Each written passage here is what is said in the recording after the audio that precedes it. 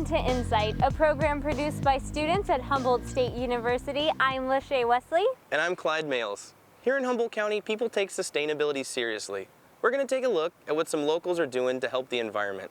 Our first story takes a look at Caltrans' plan to straighten Highway 101 through Richardson Grove. It will only affect the environment, but the local economy as well. Richardson Grove is known as the Redwood Curtain into Humboldt County, located at the southernmost part of Humboldt County, 75 miles south of Eureka. There, Highway 101 travels through Richardson Grove State Park. The 1-mile stretch of highway is too tight for industry standard trucks to go through without crossing into the other highway lane. Currently, industry standard trucks or STAA trucks are not allowed to pass through Richardson Grove. By making the curves more accessible, these large trucks can travel north via 101 through Humboldt County. The large businesses that are already here, the big box stores, as people call them, have their own fleets, and they have the smaller trucks that they can drive in and out. Whereas the local businesses who do not own their own fleets feel that they are at a disadvantage. But opponents believe it will actually damage local businesses. Well, they would have to compete with the large corporations, and as we all know, when businesses like that, Walmarts, come into communities, they destroy them, like shops close their doors. People support those kinds of things at first because they're drawn in by the fact that they could pay lower prices for their goods. According to a report by the California Department of Transportation, people in Humboldt County pay 10 to 15% more for their goods. Well, the breweries all ship their beer all over the U.S. Lost Coast, one of the largest craft brewers in the U.S. The cost of the shipping really adds to the cost of the beer. We're probably all paying a premium across the board. Cypress Grove estimates it costs them 8 times more to move their cheese from Humboldt County to San Francisco versus San Francisco to New York. To straighten out the curves, Caltrans will need to remove 54 Douglas firs and 2 redwoods, something that some believe will damage the redwood's delicate root system. We aren't removing any old growth trees. That's a really important message we would like people to know. No old growth trees would be removed. The large trees that we all love aren't going to be touched. They'll still be standing there right next to the highway.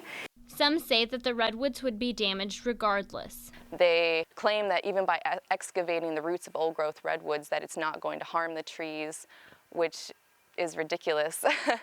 Caltrans is expected to start the project this fall. Humboldt Bay is suffering from an invasion of a non-native species. Dwarf eelgrass is spreading through the mudflats, taking over critical marine habitat. InSight's Eric Shapley has the story. This is Humboldt Bay. It's the second largest bay in California, and it's home to hundreds of species of plants and wildlife. The mouth of the Eel River lies just a few miles south of the bay, and together, these estuaries make our north coast one of the most productive marine habitats in the state. But our bay is under attack. An invasive weed called dwarf eelgrass, or Zostra japonica, is spreading through our bay and choking up our mudflats. What it does is it covers our unvegetated mudflats, which we have really thousands of acres of here in Humboldt Bay, and that open mudflat, while it may not be the most charismatic habitat to a lot of people, provides a lot of food to over 30 species of shorebirds and other water birds that spend the winter months here. So our real primary concern is keeping the mudflats open. Dwarf eelgrass has already taken over some major estuaries in the Pacific Northwest, like Willapa Bay in Washington. There, it's so bad that removal efforts are totally unfeasible. So it was about 2002 when it was first discovered in Humboldt Bay, and that was when the scientists and researchers from the bays in Oregon and Washington made a strong recommendation to Fish and Game, Sea Grant, to eradicate this invasive eelgrass to prevent the complete takeover of Humboldt Bay and loss of that important habitat. A lot of birds feed out here, and it's hard for them to feed through this because the rhizomes are rhizomes down here, little root structures, and they just form a dense mat. So I can just pick this up. You'll see there's rhizomes everywhere.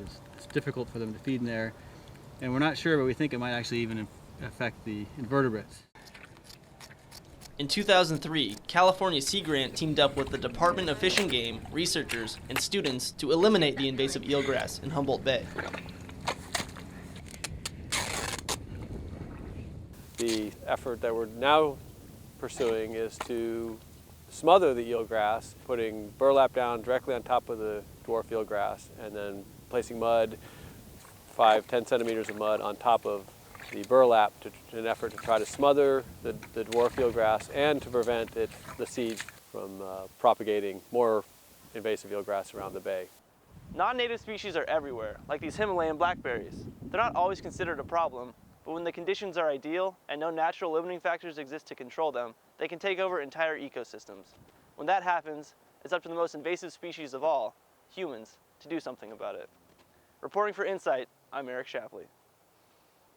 Eating locally grown food is a popular trend in Humboldt County. People who eat commercially farmed goods might save money, but could ultimately pay for it in the long run. InSight's David Pham has more on the locavore movement. Suzanne Simpson is cooking a short rib dinner with vegetables she grew in her own garden and meat from a local farm. I don't want to be eating food that comes from 1,500 or 2,000 miles away because it's not going to be fresh. Simpson is one of 6 authors of Locally Delicious, a cookbook that specializes in recipes using locally grown ingredients. And in Arcata, those are easy to find. We have a fledgling group of farmers here that are starting to do very well, and I think it is extremely important for all of us to support our farmers. Sean Crotty considers himself a locavore, someone who eats food grown close to where they live. He says he has been eating locally for 8 years. There are several levels of eating locally. You can eat from your wildlands. You want to kind of cultivate the habitat that will provide sustenance for the animals you hunt or the food that you want to eat. Shopping in grocery stores, especially Co-op, is a good one. Most often they label the country, and they even will label counties or states. You know where your food is coming from and how far it had to travel. Locavores tend to eat more organic produce than commercially grown foods, which may contain pesticides and chemicals. Simpson says a locavore meal can be made for about the same price as eating out at a fast food restaurant. I just made a beautiful beef short rib dish, and I basically figured with grass-fed beef, it came to about $3.50 a person. Caroline Raleigh-Halsing is co-director of the Bayside Park Farm in Arcata, a community garden where people can buy locally grown organic fruits and vegetables. We have shareholders each season that pledge a certain amount of money that goes to support the farm for all of its financial needs. That's basically the only funding for the farm. That's part of the CSA shareholder-farmer relationship. There's a trust built with the shareholders saying, no matter what the season is, we're going to support this farm and your efforts, and we believe in how you're farming and running the farm. Supporting local farming is not for everyone. I'm used to being able to be on the corner of McDonald's, Burger King, Taco Bell, and everything's all extra cheap. So when I go to like the country store or like Golden Harvest and they're charging like $13 for a pitcher of fresh squeezed orange juice, I kind of think it's outrageous. But it is good food though if you eat locally. If you're able to get your food from local farmers, local farms, you're supporting your community, you're enriching your community. Your money, your time, your energy is going back into your community, and it's going to come back to you. So the next time you're out grocery shopping, you be the judge. Do you want local produce or something that's been shipped hundreds of miles?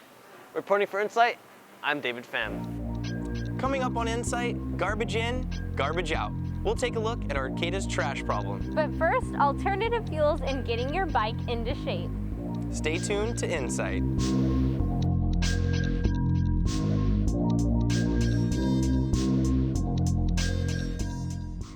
In 5, 4, 3, 2, 1, go, go, go, go, go, go, go, go, go, go, go, go, go, go, go.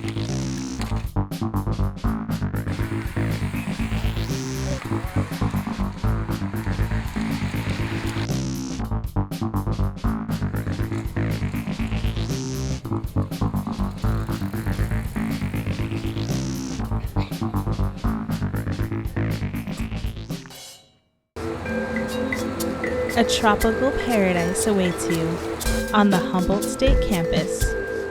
In the greenhouse, there is plant life from all over the world. There are even a few creatures that call the greenhouse home. Visitors can look at the tropical flowers in the rainforest or the fierce cacti in the desert. The greenhouse is student maintained and plants are always on sale. Open Monday through Friday.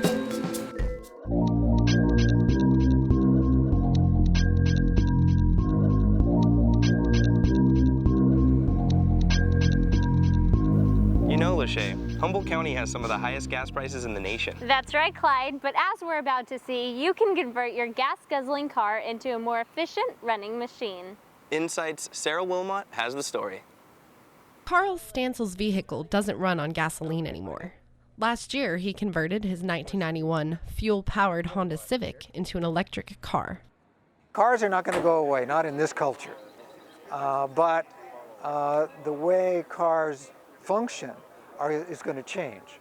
We're taking serviceable hardware and reusing it and recycling it in some ways, rather than creating it from scratch. These vehicles were once fueled by gas, but now run off electric power after undergoing the fairly simple conversion process. Well, the first thing you have to do is you have to take out the gas engine. The muffler goes, the gas tank goes, the engine goes, all that stuff, and then you replace it with an electric motor and batteries. And then you have a few other components, but it's pretty simple, and there's not a lot of working parts to an electric car. For an investment of around $13,000 to cover parts, labor, and batteries, you can convert a vehicle to electric power. This is equal to the cost of about 3.5 years of gasoline if you fill up your car about once a week. With an electric conversion, any car you want, whether it's new, whether it's old, whether it's the car you already have or a car you want, so there's a lot more flexibility with the conversion process. My hopes is that people convert cars because people think about recycling like it's important, and they'll get very important. Oh, I've got to recycle this piece of paper. I got to recycle my yogurt container, my glass jar. But once you throw out a car, you could never recycle enough to make up for throwing out your car. There are solutions that are affordable if we're willing to make some compromises. Options are there, and this is not rocket science in most cases. I mean, a good mechanic can do this kind of work. And an ordinary citizen can operate and maintain an electric vehicle. Converting vehicles to electric power is proving to be just another way we can reduce our impact on the environment. For InSight, I'm Sarah Wilmot. With gas prices rising, bicycles are a popular alternative to driving, and they have virtually no impact on the environment. InSight's Pal Coffee shows us how to get our bikes in shape. Bikes are a common sight on campus here at HSU. A number of students rely on them for transportation. Sometimes a beloved bike has a problem, but what can a broke college student do except ride the bus? When my bike breaks down, it actually just happened not too long ago. I go to the bike learning center over on campus. They hooked me up. They hooked me up with some new parts for my bike. I mean, I gave them a couple bucks and they showed me how to fix it and hooked me up. After a visit to the BLC, Hecht was back on the road in no time. We took a moment to speak with the director of the BLC, Tim Daniels. Bicycle Learning Center is here for students to learn how to work on their bicycles, empower people to ride their bicycles more often. If you know how to fix your bike, you're a lot more likely to ride it rather than wait till you have time or money to take it to a shop. The Bicycle Learning Center is open to anybody who comes in. I don't turn anybody away. Unless we're running a class, I'll ask somebody to come back during open lab hours, but yeah, we welcome people who come from out in the community, faculty, students, anybody who comes in here and wants help with their bicycle, wants to learn how to work on their bicycle, we help them out. As of spring 2011, HSU has offered no financial assistance to the Bike Learning Center. It is run by volunteers and funded entirely through donations. We spoke to a volunteer to get some insight into what goes on at the BLC. We don't fix bikes for people, but we, tell them how and give them the tools to learn how, it's kind of the whole teach a man to fish thing. In addition to repair services, the BLC is also a classroom. Tim Daniels teaches the weekly class here. He's teaching us a lot about different components, and so it's like a 12-week class, and so we're about halfway through, and I've learned, I knew a lot before, but I've learned a lot of extra stuff I didn't know that's really helpful. The BLC is a place where any rider can get their bike patched up and ready for the road. Don't let squeaky brakes get in the way of your perfect attendance or a relaxing afternoon ride. For InSight, I'm Powell Coffee. Now let's take a look at what the city of Arcata is doing to deal with its trash problem. Walking down the street, you can see litter all over the place. There is city staff for cleaning up the main parts of Arcata like the parks, the marsh, and the forest, but what about the rest of the city? Just this last year, we've been looking at all of our bus stop locations, and there's been apparently some interest that has been generated in terms of having garbage spots or garbage collection. Reducing curbside garbage and litter is a big priority for the city. Yeah, here at the City of Arcata bus station, we service about 150 buses. Currently, we have one trash can here to accommodate all of that activity. We had more, but the problem has always been that they've all been filled up, people bringing their garbage from home. Some of the downside of putting public garbage cans is that they can become dumping grounds for home garbage. Trash has been a problem around here, and we're always looking for solutions to resolve it. One way the city has tried to clean up street garbage is by working with Northern Humboldt Employment Services, which hires people with disabilities. Occasionally, the city hires this group to pick up trash throughout the city streets. The city also has some ways you can get involved. We have a very simple it's called an Adopt a Park program, but we've had people adopt stretches of creeks, adopt a roundabout, or adopt a planter. We have a lot of community volunteerism that happens in all of our parks, and all of the planter beds on the plaza are maintained by volunteers. Well, that's it for InSight. Until next time, I'm Clyde Males. And I'm Lachey Wesley. Thanks for watching.